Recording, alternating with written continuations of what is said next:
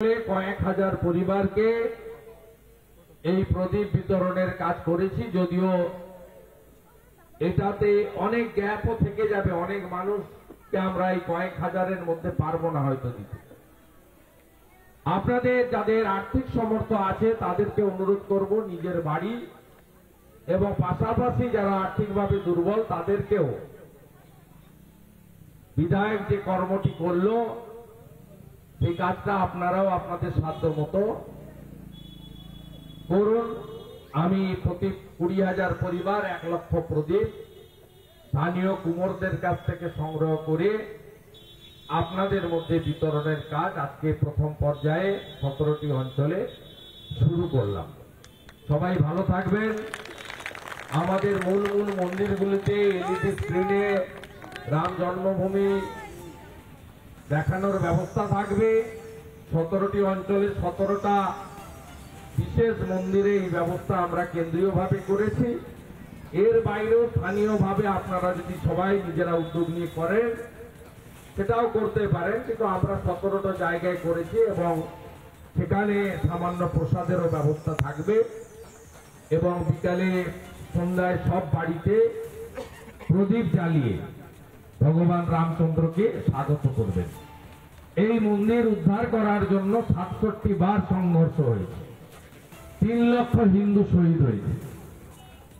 বাবর যেদিন দখল করে রাম জন্মভূমি একদিনে 1,80,000 হিন্দু শহীদ হতে হয়েছে। এই অতীত যেন আমরা বর্তমানে না ভুলি, এটাকে মাথায় রেখে আমাদের বিজয় উৎসব, আনন্দ উৎসব অন্যকে নিরানন্দ না দিয়ে শান্তিপূর্ণ ভাবে অন্য ধর্মের সম্পর্কে কোন রকম বিতর্কিত মন্তব্য না করে নিজের ধর্ম এবং ভগবানের গুণগান গিয়ে এই উৎসব আমরা সবাই পালন করব। এইটুকু বলে আমি আমার কথা শেষ করলাম। জয় শ্রীরাম।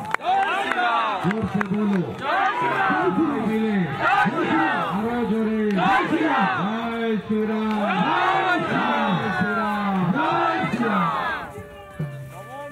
ধন্যবাদ।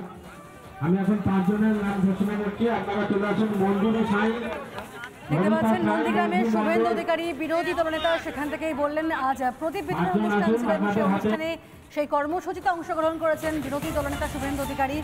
আমরা জানি যে যেমনটাই যে অযোধ্যায় রাম মন্দিরে উদ্বোধনের দিনকে সেখানেই প্রদীপ প্রজ্বলনের কথা বলেছিলেন প্রধানমন্ত্রী নরেন্দ্র মোদী। আজকে নন্দীগ্রামে এই অনুষ্ঠান করলেন শুভেন্দু অধিকারী। ভাস্কর রয়েছেন এই মুহূর্তে আমাদের সঙ্গে।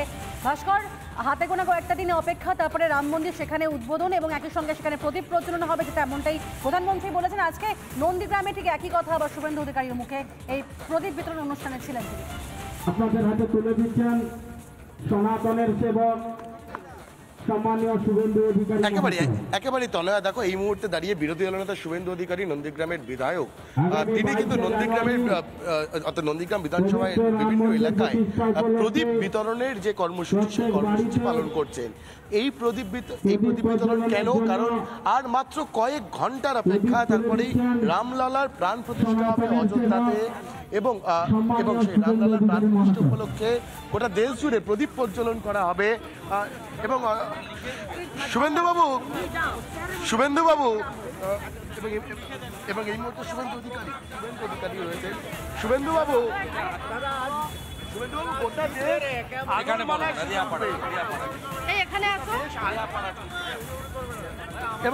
এবং অবশ্যই বিরোধী দলনেতা শুভেন্দু অধিকারী তিনি আজকে কিন্তু এই নন্দীগ্রাম বিধানসভার একাধিক জায়গায় প্রদীপ বিতরণ কর্মসূচি পালন করবেন।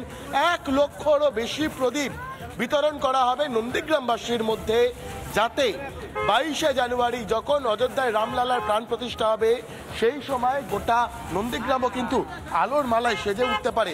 এবং নিঃসন্দেহে দাঁড়িয়ে যে কর্মসূচি, সেই কর্মসূচির দিকে গোটা দেশ তাকিয়ে রয়েছে।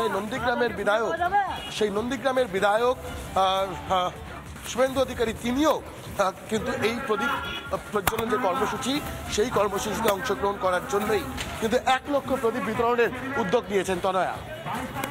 একেবারে অনেক ধন্যবাদ তোমাকে ভাস্কর।